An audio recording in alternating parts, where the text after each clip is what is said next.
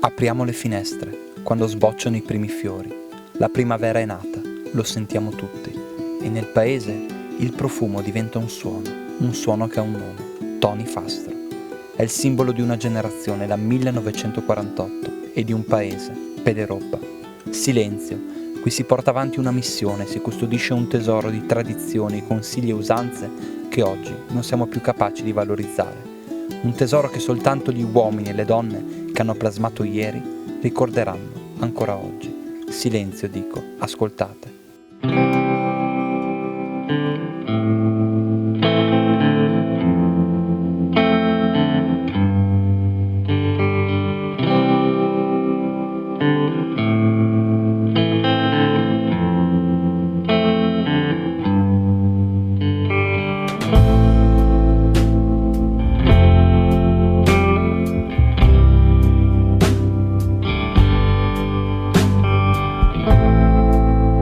Nati di fasti non è una famiglia vecchia, perché ho so che mio bisnonno che era un trovatello sul paese di Fastro, a Feltre.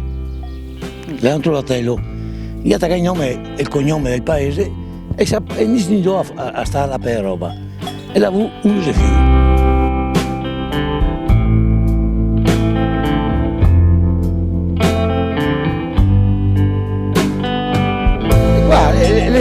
I campanelli si mettevano anche quando scendeva in montagna che faceva il peggio, o quando si veniva a casa che veniva ora il peggio, ahí sta, quando era l'ora di novembre, scendeva in campanga a Pasquale Vaghi.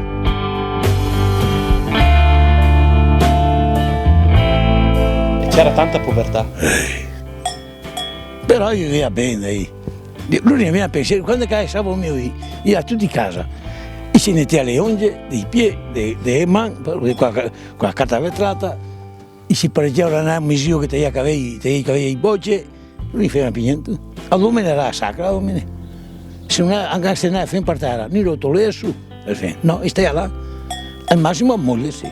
Moglie, guardare la stalla, basta. Quindi adesso i ragazzi hanno tutto, però sono molto più infelici della vostra generazione che magari non aveva niente, però il sorriso c'era sempre. Ma sempre, poi grandi, dopo se secate si andava a vespero, si veniva a casa, si andava a stare, se era l'inverno, due alle carte, due alla tombola, tutti gli altri, se no si chiappeva una botte che i vecchi che tre via, si metteva due ferri, si andava a siar, ma poi dove è un botte.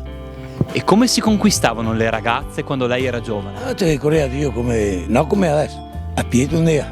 Io ti accompagnai a casa, era là, aveva i dischi allora. Dopo finì a Naia là, del 68, si avevano i giradischi in altri, e ora si andava sulle case così. E lei come ha conquistato sua moglie? Io ho conquistato dopo di casa a Naia, del 69. E siccome che pareva noi da qua di mio marito, perché ormai lui da qua la presa super strano dopo messa così, tira, guarda. Però il bello sta quando è che aveva andato sul serio e gli ha messo a mio padre perché se no non è messo andare fuori quella bambino, aveva appena la moto. E dica a suo padre, tu sai, era venuto a stare, mi ricordo come fosse di domenica, perché ho 50 anni, e l'altro moglie.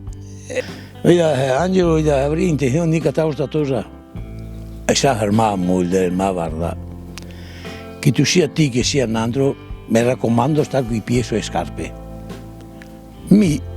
Da ignorante, non sapevo cosa era. Dopo pensarmi cosa voleva dire. Quindi adesso abbiamo più mezzi, ma facciamo più fatica ad avere delle relazioni con le persone. Quelli che si fanno di noi, al Dio con tutta l'attrezzatura che hanno, i buoni a fare compagnia, perché non trovi più situazione.